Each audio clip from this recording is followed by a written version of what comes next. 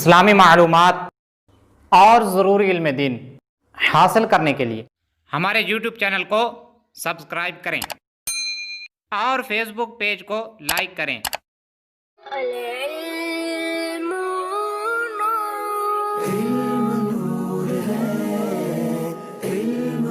बिस्मिल्लाहिर्रहमानिर्रहीम। आपको इल्म नूर है ट्रांसमिशन में खुशामदीद कहते हैं। आज हमारा मौजू गुस्ल की एहतियाती हैं।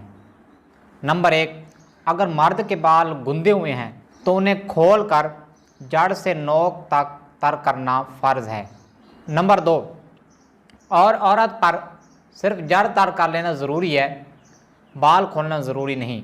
हाँ, अगर चोटी इतनी सख्त गुंदी हुई है कि बग़ैर खोले जड़ तर नहीं होगी तो अब बालों का खोलना ज़रूरी होगा।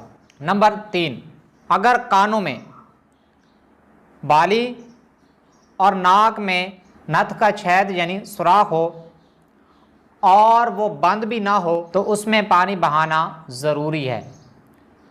वुज़ू में नाक के सुराख और गुस्ल में नाक और कान के दोनों सुराखों में पानी बहाना ज़रूरी होगा। नंबर 4, भौंहों, मूँछों और दाढ़ी के हर बाल का जड़ से नोक तक तर करना ज़रूरी और उनके नीचे की खाल का धोना भी ज़रूरी है। नंबर 5, कान का हर पुर्जा और उसके सुराख के मुंह का धोना ज़रूरी है। नंबर 6, कानों के पीछे बाल हटाकर पानी बहाएं। नंबर 7, ठोड़ी और गले का जोड़ कि ये मुंह को उठाए बगैर नहीं धुलेगा तो मुंह उठाकर यहाँ पर पानी बहाएं। नंबर 8, हाथों को अच्छी तरह उठाकर बगलें धोएं। नंबर 9, बाजू का हर पहलू धोएं। नंबर 10, पीठ का हर ज़रा धोएं।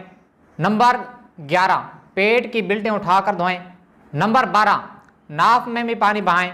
नंबर 13, जिस्म का हर रूंगटा जड़ से नोक तक धोएं।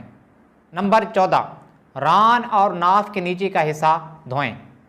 नंबर 15, जब बैठकर नहाएं तो रान और पिंडली के जोड़ पर भी पानी बहाएं। नंबर 16, पिंडलियों की करवटों पर पानी बहाएं। अल्लाह अज़्ज़ व जल से दुआ है कि हम इस पर अमल करने और दूसरों तक पहुँचाने की तौफ़ीक़ अता फ़रमाए। आमीन बिजाह नबी अमीन सल्लल्लाहु तआला अलैहि वसल्लम।